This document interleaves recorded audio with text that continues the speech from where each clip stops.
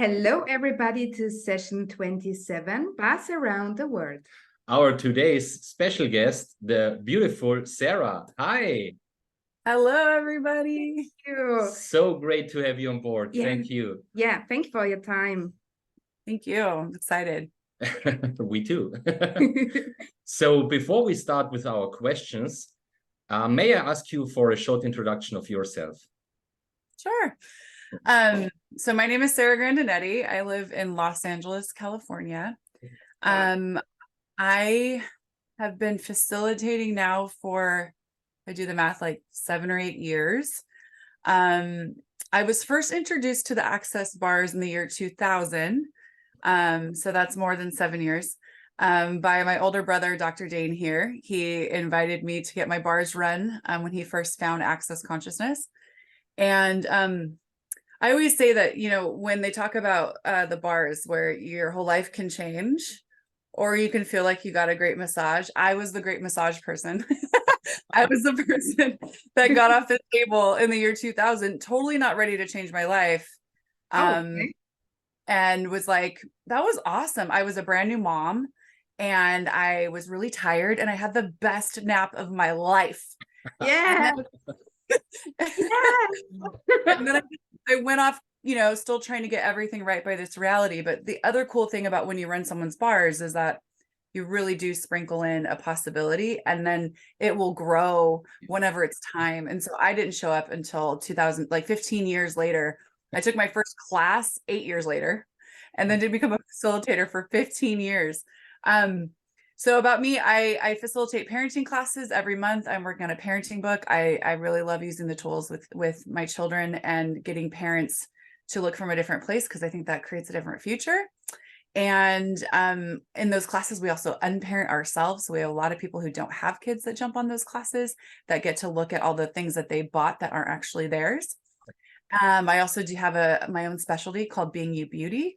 I'm a hairstylist for 15 years and I've owned my own hair salon here in Los Angeles. And I really love using the tools, looking at how we project right and wrong on our bodies with our beauty. Wow. And I'm a Being You certified facilitator. Well, we don't really have those as much anymore, but that's what I have done for so long. I love the Being You classes. Awesome. And I facilitate foundation and body. Oh, I'm not a 3-day body facilitator starting tomorrow. So yeah, great. Wow. Wow, that's Awesome. wow. Wow, what a contribution, because with or for parents, it's amazing. Wow. Great. Wow. Thank you. I love the energy. Oh my God, I love the cause. Okay, first question. What was the reason for you to choose consciousness and the Access bars? Okay. So as I said in my intro already, the Access bars were a gift that my brother Dane had found that saved his life. Now, I would have to invite you into my interesting point of view, is that my whole life, my older brother was the most magical creature in the world to me. And so the fact that he had hidden even from me that he was suicidal, that is my greatest gratitude for the Access bars, for keeping Dane here on this planet. Yeah. And if you're brand new to Access or you've been doing it for a while, tap into the world that if Dane didn't choose to stay, where we'd all be. Okay. So I'm going to choke up just looking at it. Okay. But I didn't choose the bars because my interesting point of view about myself was that I wasn't as magical as him and that all the magical things needed to happen to him because there's only one allowed in a family, all of our insanities. So I didn't start creating with the bars for a very long time because of that point of view. Now in my life, I can't imagine living it without having access to the Access bars because it really does give you that space to be able to create a life and living worth having without having to tap into the rest of the world and what they think is possible or not possible. Why did I choose consciousness was your other question. My life crashed. My life hit the rock bottom. I was living the life that from the outside, it looked looked really good. I was really good at holding up the images for everybody. So I owned a salon. I was a national color educator and with a big brand. I was very creative. I was in Los Angeles, California, driving the nice car, having the beautiful children and the cute little family in the house. I did it all. And I was miserable. Mm. But I thought that, like, it's funny because people think miserable comes when, like, you have a constant sadness, or like you're projecting the sadness. I wouldn't have told you that at that time I was miserable. I can just say it now because I actually know what joy is, if that makes sense. So I was in the like common definition of happiness, which is the struggle, you know? And then I woke up one day for an email from my husband in the year like 2014. And I didn't even know he knew how to email, to be honest with you. And he was like, hey, just so you know, I've been hiding all of this from you, all of this money stuff. We have no money. None of our, like, all of our accounts are in the red. And I don't know how we're going to pay like mortgage next month or even feed anybody. And like, he had been carrying this around for a really long time, things that he had done with the money. And I was like dead in my tracks, and a beyond, as we call it in Access. I was like, I'm working, like I would just take my paycheck and go give it to him. I'd been with him since I was 19 years old. I never like was an adult. I just moved right from my mom's house in with him. So he just handled everything, you know? So to get that information, and not to make him wrong, because he's always, you know, always had my back and done his best, but he was trying to hide that information from me. So not to go into the grave details of that, but the only thing I knew was whatever Dane was choosing, because his life seemed to be getting greater. And so I was like, okay, I guess maybe I'm going to try this consciousness thing and see what's there for me. And I had the point of view that had nothing to offer at the time. Oh. So yeah, it was like, I don't know how to do that stuff. Like, I'm over here doing this stuff. Like, what is that? And fast forward, you know, to 2020, and I closed my whole salon and completely dove into my Access business. Wow. Wow. Wow. Thank you for sharing this. Yeah. Yeah. Thank you so much, because one of the reasons of this co-creation and this creation is to acknowledge every time when we are gifting the bars or receiving the bars, we are choosing change. Yeah. And I think a lot of people don't acknowledge that what change we are choosing with ease, with joy and glory at this moment. It's so easy. Yeah. And also what you mentioned, it's not a thing of believing in the bars, or you need to do a ritual that they will work on you. The best way, it will change everything. The worst way, you will have a good nap and the absolute fantastic head massage. So there's nothing to lose. You don't have to believe in it. It's working. Yeah, and I would add too is that I think a lot of people put our walls and barriers up, especially around whatever the idea of what the value of the brain. But I think also to acknowledge too, and I don't know if you guys have talked about this, is that Access isn't inserting anything. We're not putting anything in your brain. We're not even teaching you anything in that regard as far as storing new information. The bars are actually deleting. And so being willing to know that you're just getting rid of, you can't get rid of your being ever. What's true for you will never go away. The only things that get the delete file pushed are the things that are not you and not contributing to you. Yeah. Yes. Great. Thank you. Wow. Thanks for this space. Wow. Thank you. When you think back, is there maybe one bars experience that you remember the most? Maybe once where you say, oh my God, this is in my head. Yes. So it's what the day I became aware of who does this belong to. I had just had my bars run, and I was driving home in LA traffic, and I was like totally light and happy, and you know, and I generally was, even when I was miserable, I would be the happiest, most joyful person in the room. But when you have like the level of misery and then you're just above it, you look really happy, you know. But I was driving home, and I was like, just kind of, you know, in the euphoria of having the space in my head, and I'm on a very, very packed highway here in Los Angeles, where it's like gridlock traffic. And I'm used to that, and that's fine. But all of a sudden, I started to have this intensity of like major grief. And I was like, what am like, oh my God. And then I started thinking about driving my car off the road. And I was like, I wonder who would go to my funeral. I mean, I built this whole thing out. I was like, will they sing at my funeral? What song will they sing at my funeral? Who's going to give the eulogy? What story will they tell about my life? Oh my gosh, I should probably plan who's going to do my hair for my dead body. Like all of this, like went all the way that far. Okay. And I'm sitting there going, like, just in this whole other universe. Like I had just dropped how many points of view at this bar session. I get in LA traffic. I had so much clarity. And the reason I would tell you this is one of my favorite stories is that it was the juxtapose. It was the white and the black. And like our whole lives are so, it's hard to get to who does it belong to as a tool and an awareness when you never have the space, because it all feels like yours, right? You know, when you clean out your closet, you know, and it's all nice. Once you start piling stuff back in there, you're like, whoa, I've missed the space because you once had it, you know? So in this scenario, in the freeway, I was like, all of a sudden I like perceived, I would have probably thought this the whole 2-hour drive home, like just in planning the flowers at the funeral and the songs and, you know what I mean? The seating arrangements and who's invited and who's not. Like I would have gone there for probably 2 hours in this like darkness, right? That's not mine.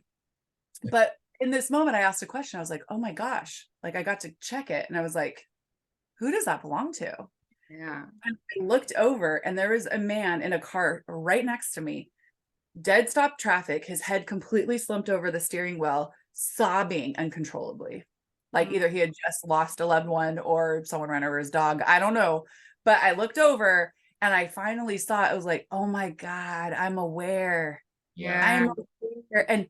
And I'm aware farther than just the loudness of his sorrow, but all of the little nuances of energy that I pick up on that I can either create with, align and agree with, or resist and react to. Like I have choice, you know. And it was like, that's it. Oh my God, on point. On point. Thank you so much.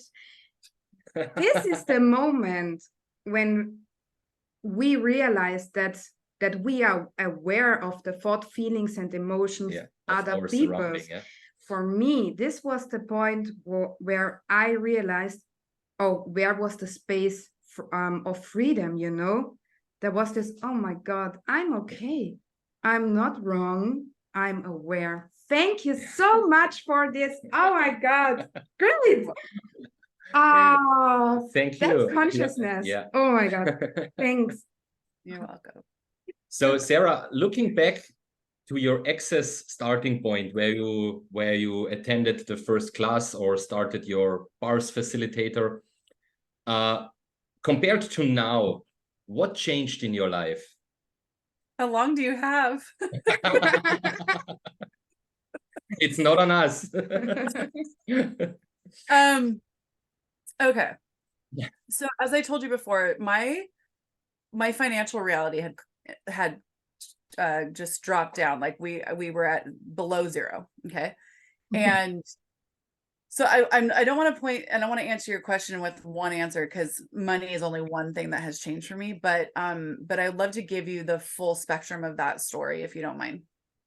So when I got this news, I obviously went into panic, and you know, I have 4 children, and I was like, first thought is like, oh my gosh, like feeding my kids, like I'm gonna be the mom that can't feed their children, like who am I? But from the outside, you guys, like I'm wearing nice clothes, driving nice, like it doesn't match, you know? And the hours I was putting in my head, how hard he was working. So how did we end up here, right? But what I know for anybody who's listening is that pain points are also a gift. So I know this now, that every time I've had to pull myself up by the bootstraps and climb out of the rubble, I've always created greater. And so the story I'm about to tell you is like when the pull out of it, that when you listen to it, I would love for you to always hear, is that the universe has to arrange so many different things to get you what you're asking for. And a lot of times, not always, but a lot of times that comes with destroying the old foundation. And I would not have chosen greater, or even chosen to go in the direction that I did, if I didn't have the ground underneath me shaking. Okay. Because that point we go into, oh my God, I'll try anything. And then that's when space opens up, because we're in such conclusion and committed to that foundation just prior to that. So I reached out to Dane, and over the course of my adult life, Dane's life had been getting greater, and he had been making more money. And there had been a number of times where I would screw something up or need money or whatever and call him, and he would give me money. So it was a really easy backdoor for me, because my brother is so generous and cares about me and my kids and my family so much that he would just be, of course, here, you know. This time was different though. I was like, this can't be the way that I live my life. Like I tapped into a new demand. So I called him anyways, and I was like, hey, what I'm about to tell you is going to be a similar story that you've heard before. And I know that how much you care about me, you're going to want to save me.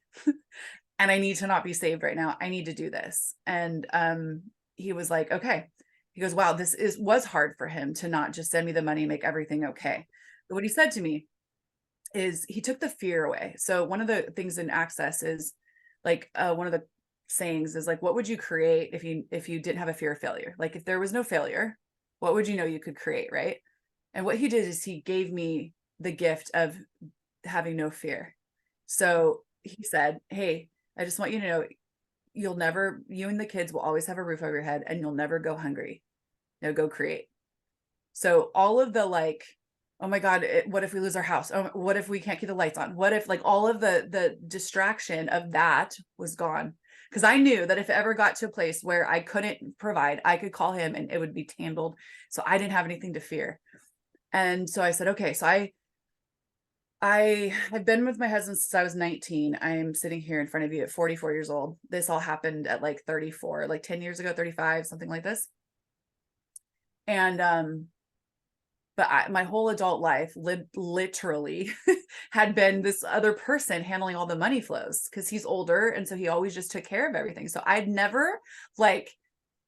written checks before, but probably like 5 checks. Like I'd never paid a bill. I'd never written a rent check, a mortgage check, anything. Like, and I said, hey, to my husband, I'm going to take all of this. And he was like, what? And I'm like, yeah, let's just see what shows up. So I took all the bills and started to learn how to move money and how to calculate and all this stuff that I had never done as an adult. And in 1 month of watching Dane's Tour of Consciousness videos every morning, because I needed to be inspired to know that I could do this. If you're listening to this and you don't know about this, you need to go to YouTube and get on Dane's Tour of Consciousness, on his website too, because you can sign up and then they'll notify you when there's a new one. But Dane sends out free content. Now here's my brother who's willing to like contribute anything, right?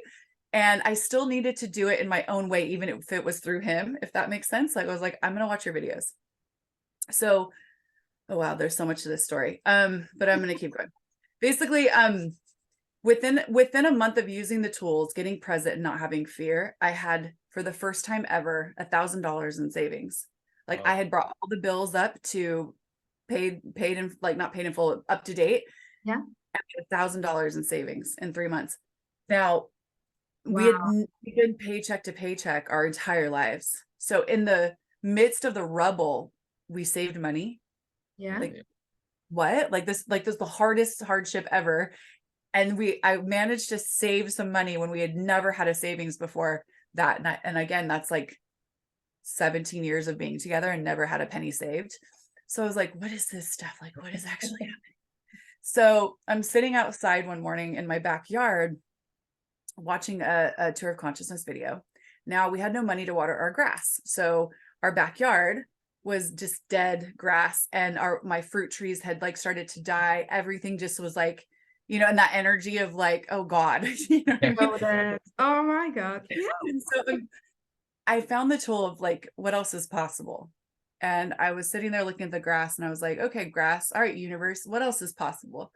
If this tool really works, so I'm like, I'm going to try it on my grass. Okay. Like, cause I'm obviously not invested in it. We'll see, so I was like, what else is possible? And then all day that day, all I remembered as a tool was, what else is possible for the grass? What else is possible for the grass? Not my life, but for the grass. And there was no point of view. Yeah. Yeah. Yeah. I mean, I really wanted new grass, but it was like, it wasn't like, what else is possible for something I had a real charge on. It was like, I already could put aside that was our best choice to not water the grass at the time, to keep down the payment for it. But no point of view, and really just being like, I'm just playing here. Like, I don't have anything to lose, you know? So that I did that for 2 days. And 2 days later, a neighbor came over and said, hey, we just finished laying new grass in our backyard and we have extra sod. Which is like, yeah. Okay. Can we have our guy come over? Do you guys need any? Like, they didn't even know, because it was obviously, we have to keep the image up. So we watered the front lawn, but not the back. Okay. So they didn't even know. But they came over and they were like, do you have any use for any of this grass? And I was like, are you fucking kidding me? And so once they saw what was going on in our backyard and they had their guy lay our grass, they also contributed new flowers, like in the areas where the flowers had died. And I knew it was time to start watering grass, and really like it expand that out into my life. I was like, okay, I know it's now time to start watering my life, you know, like not just making ends meet, but truly creating a future.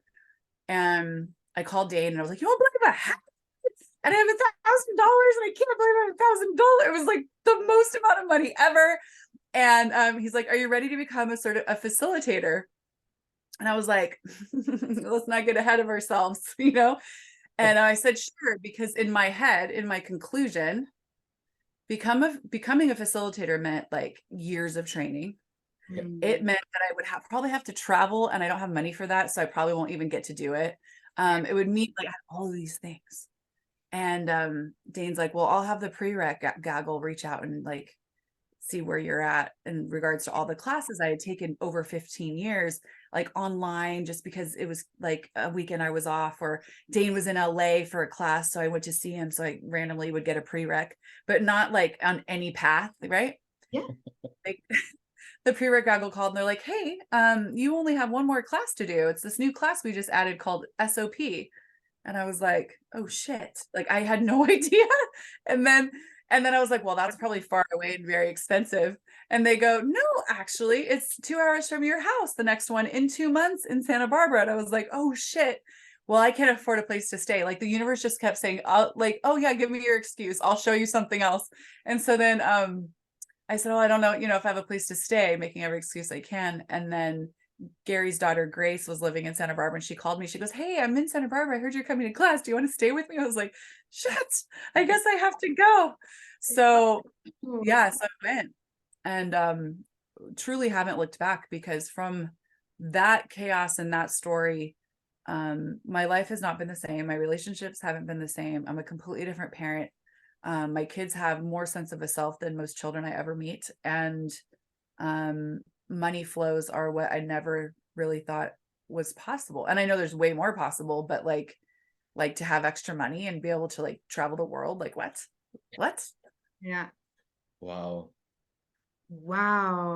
Oh, thank you for sharing it. Yeah, one choice. With one choice. Yeah, it begins with one choice. Yeah. It really does. Oh my God. One choice, a million little choices. Yeah. You know, people like I used to think that I had to make the big, huge, giant choice, like, you know, the movie like Under the Tuscan Sun. Like I had to leave everything and go off to Italy and live, you know, on the mountainside, and now my life will be different. But it really is like, okay, I'll try that out. Oh, that worked. What else can I try out? Oh, that was cool. What else? You know, and it's that little thing that the little choices are the big ones. It makes fun. It's that easier. Yeah. Exactly. Wow, so great. Thank you so much. Cool.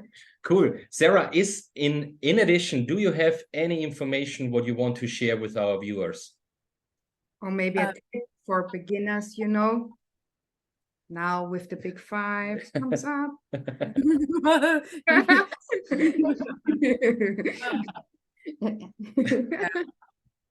So I've been doing a lot of classes around like polarity lately, which is the right and the wrong, the good and the bad, and looking at where we bought into that system. So I focus a lot on the parenting stuff.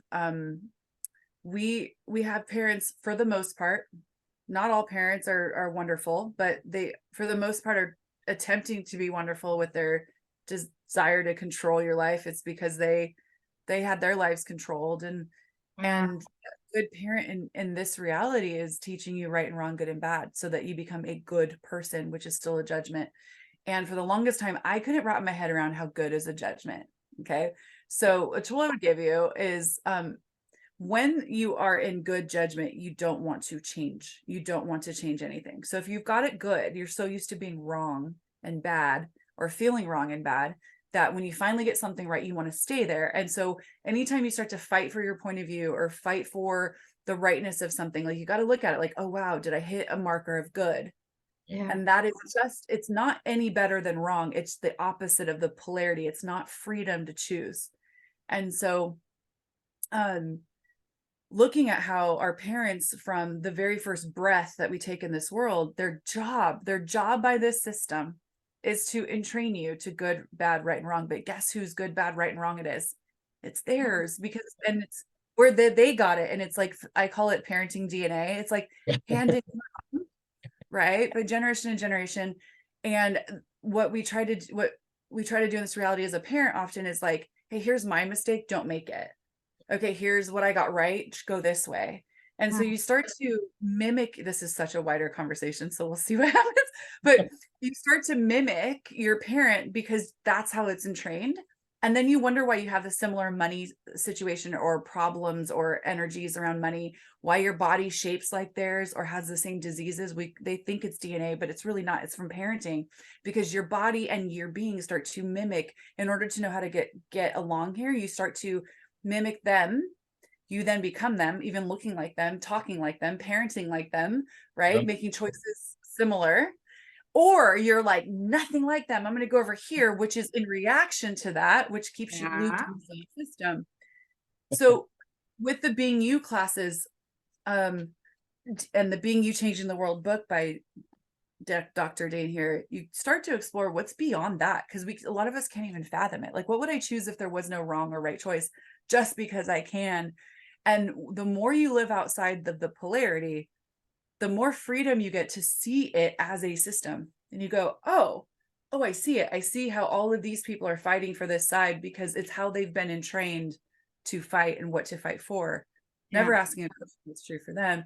And then the opposing side is doing the exact same thing. And so we keep going like this in the world, because from their point of view, that is right. Like that, but it's their point of view. So we get to change the world by not taking a point of view, by being like, okay, cool. What freedom and choice do I have that is not part of this system, that is not going to lock me up in any way for my next choice? Yeah. You mentioned interesting point of view. Do you want to do a little interesting point of view game that I do? Yes. Okay.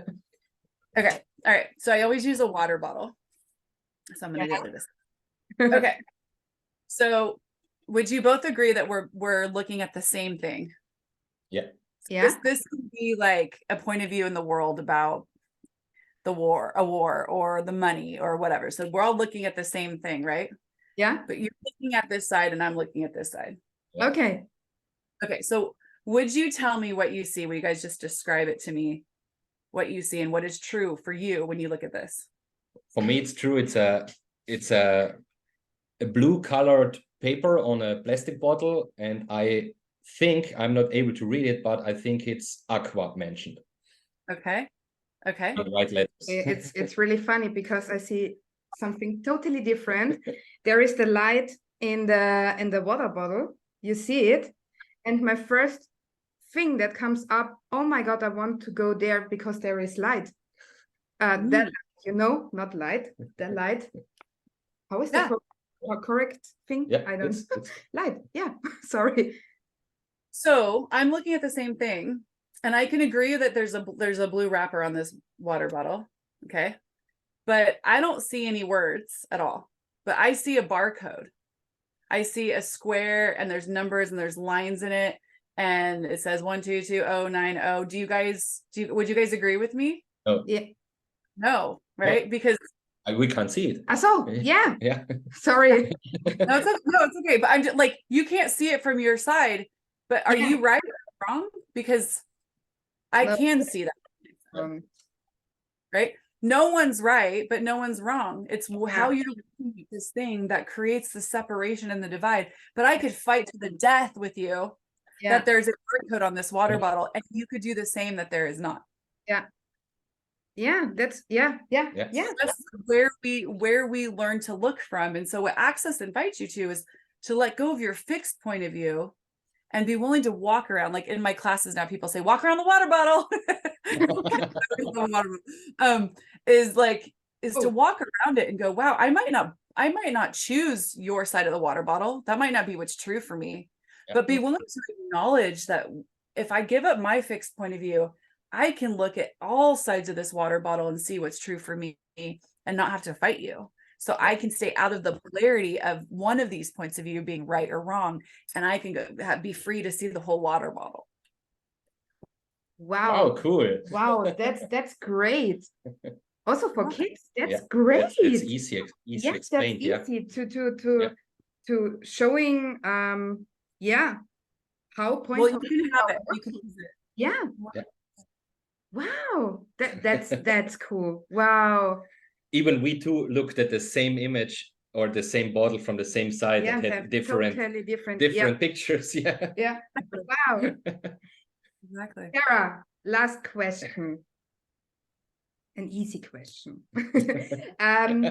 For beginners, are there any classes with you or course that they can book to knowing you, to knowing the Access Consciousness tools for beginners?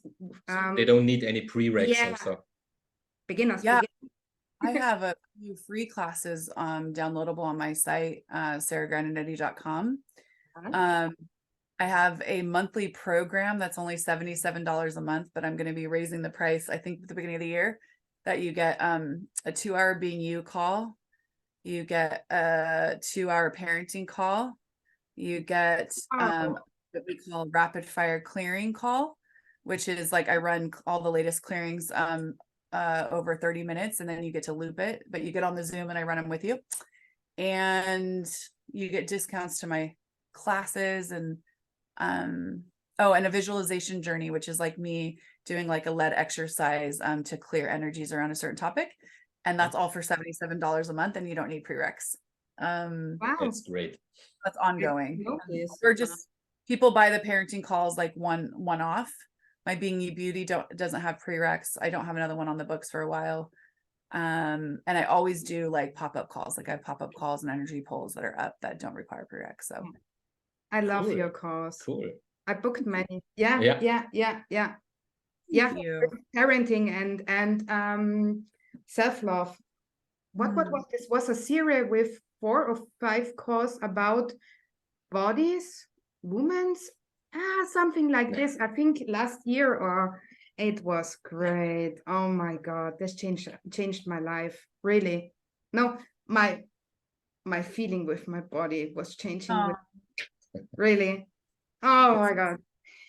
Sarah, thank you so much. Sorry. Oh, sorry. That people will find you or are able to find you. We will put your webpage below your video in the comments, so everyone can reach out to you and book a session. Or whatever. Oh my God. Thank you guys for doing this. It's so beautiful. It's so miraculous to see, Gary started the Access bars in his garage. You know what I mean? Like he started creating Access consciousness, let's say, in the world in his garage. And now there's people all over the world. You guys are celebrating it. You're inviting people to the conversation, like, fuck yeah. Like what else is possible if we don't give up on what we know? For us, it was important that on every bars class or foundation or whatever, you hear the story from, or the creation from Gary. It was in a garage. You hear the adventure from Dane, what changed in his life. But we want to enhance this message. What are the changes in other people's lives? And that's why, or that's one of the reasons why this creation or why this project was created by us and the earth. And I hope you have acknowledged how great you are. Really, thank you so much for your being. Right back at you. Thank you so much. Thank you. Bye. Ciao. Ciao.